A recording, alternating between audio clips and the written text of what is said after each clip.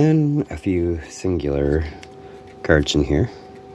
We have Sisters of the Undead, which is actually Olivia, Crimson Bride. I'm going to put this right over these faces so they stop drawing attention. 3/4 Flying Haste. When Olivia, Crimson Bride attacks, return target creature card from your graveyard to the battlefield, tapped and attacking. It gains when you don't control legendary vampire, exile this creature. Next up, we have Welcoming Vampire, a 2/3 flying. Whenever one or more creatures you with power 2 or less enter the battlefield under your control, draw a card. This ability triggers only once each turn. Then we got Odric Bloodcursed, 3/3. When Odric Bloodcursed enters the battlefield, create X blood tokens, where X is the number of abilities among Flying, First Strike, Double Strike, Death Touch, Haste, Hexproof, Indestructible, Lifelink, Menace, Reach, Trample, and Vigilance among creatures you control.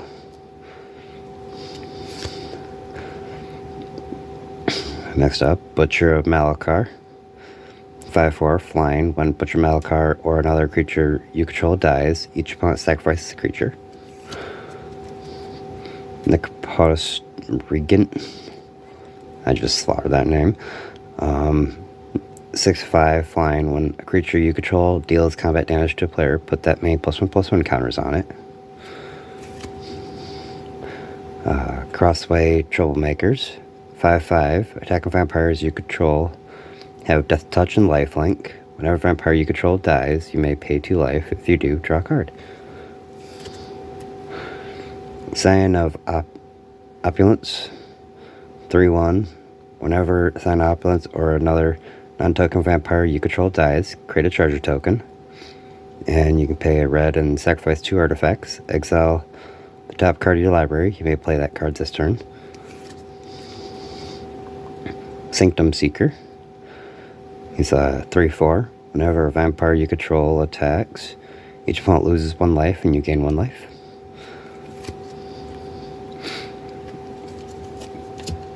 I'm just going to set those down over there. Voldrian Bloodcaster. 2/1 flying. Whenever Voldrian Bloodcaster or another non-token creature you control dies, create a blood token. Whenever you create a blood token, if you control 5 or more blood tokens, transform Voldrian Bloodcaster. Which then goes to the other side and becomes Bloodbat Summoner, a 3/3 flying. Whenever at the beginning of your combat of your turn, up to 1 target blood token you control becomes a 2/2 bat creature with flying and haste, in addition to its other types.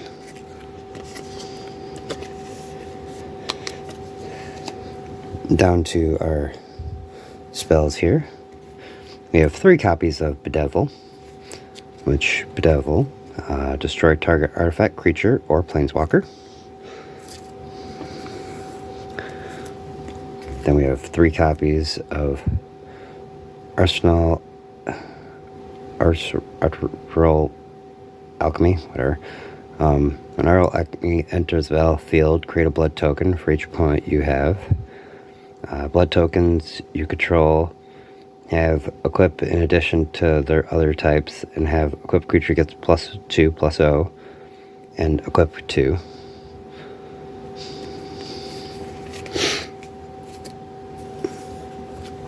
Three copies of Lantern Flare as Cleave, which is X and 2 red, a red and a white, my bad. Lantern Flare deals X damage to target creature or planeswalker, and you gain X life.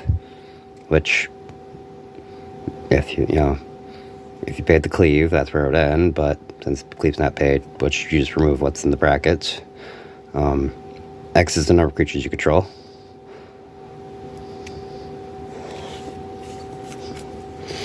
So, depending on the situation, it might actually be, more beneficial. Probably just end up paying it straight out.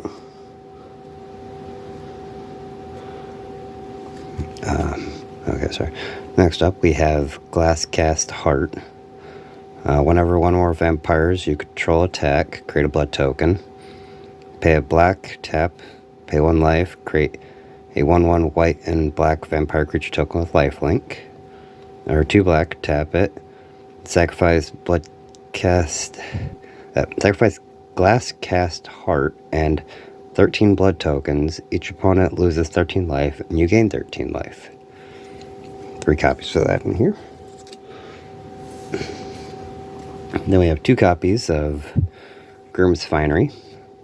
Equipped creature gets +2/+0.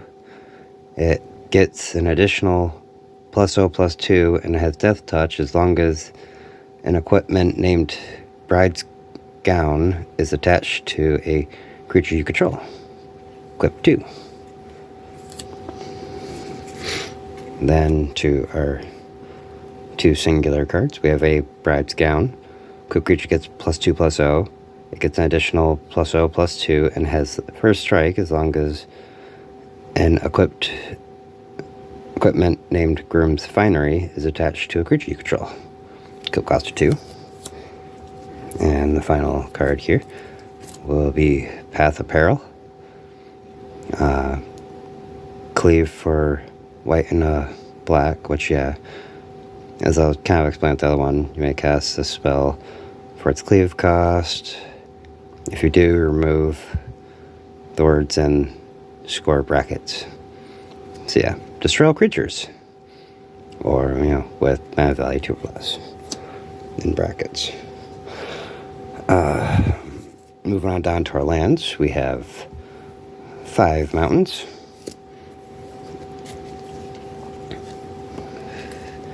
9 swamps.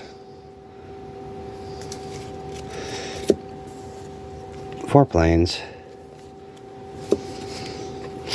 And then a Foreboding Ruins. And Voldurian Estate. And with that brings my random little 60 card vampire deck build to a close. I hope y'all enjoyed checking out this deck with me, and hope to see you in the next video. Peace.